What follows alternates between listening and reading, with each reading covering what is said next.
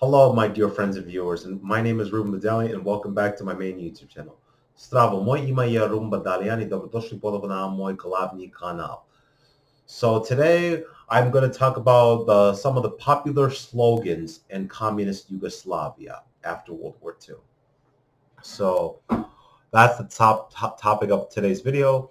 And since this is my main channel, I will speak in English so you guys can understand me rather than me speaking Serbian for my English audience.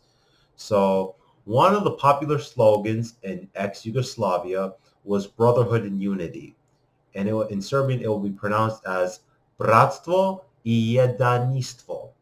So basically, brotherhood and unity meant basically all ethnic groups in Yugoslavia, like for example, Serbs, Croats, Slovenes, Bosnians, Montenegrins, Macedonians, and other minority groups and that were surrounding Yugoslavia, like Bulgaria, Romania, Hungary, Albania, were treated very equally.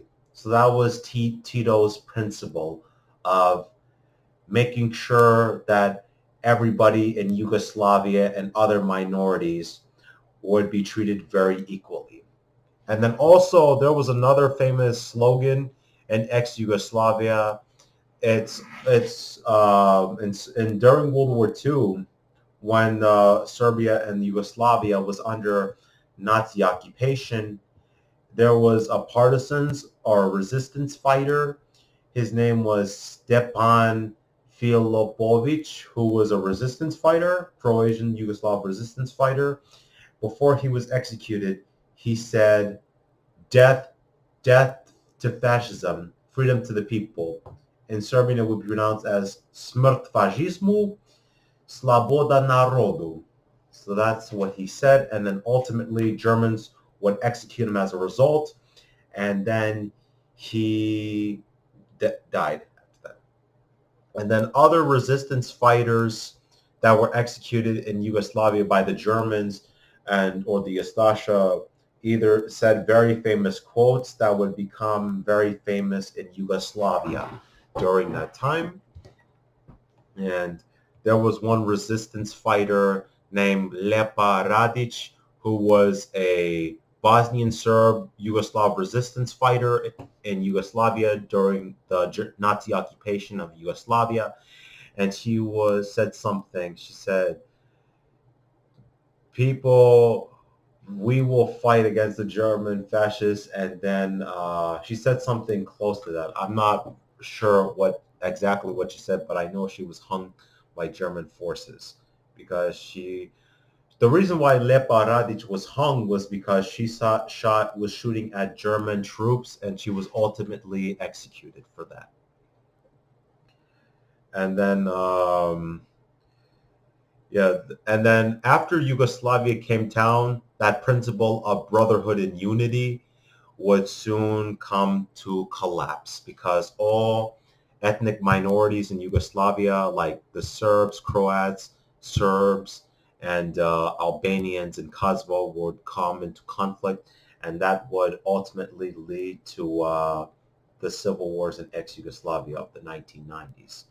So, yeah, also that term, brotherhood and unity, also originated from during the time of World War II in Yugoslavia when the Yugoslav resistance in Yugoslavia during the occupation, they basically were working with each other, like Serbs, Croats, Slovenes, and others were working with each other. They were equally helping each other, and so they were rising up against the Nazi occupation of Yugoslavia, and that's how that term brotherhood and unity originated from. And so, and that's how it became a term.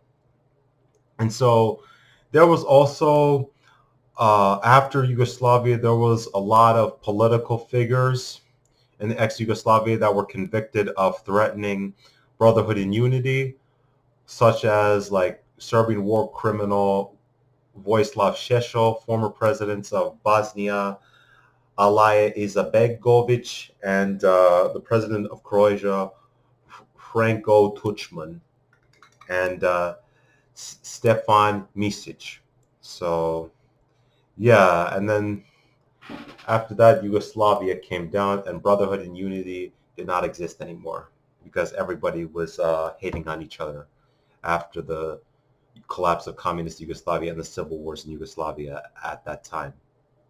So I hope you enjoyed this video. So please drop a like, subscribe. If you haven't seen my Serbian speaking channel or my speaking channel in Serbian about the history of Yugoslavia, ex-Yugoslavia and the Balkans, please check that out. And my other channels, and you could subscribe to them if you like them. So see you soon. Vidimo se sljedeći put i hvala na gledaju. Prijatan dan i doviđenja.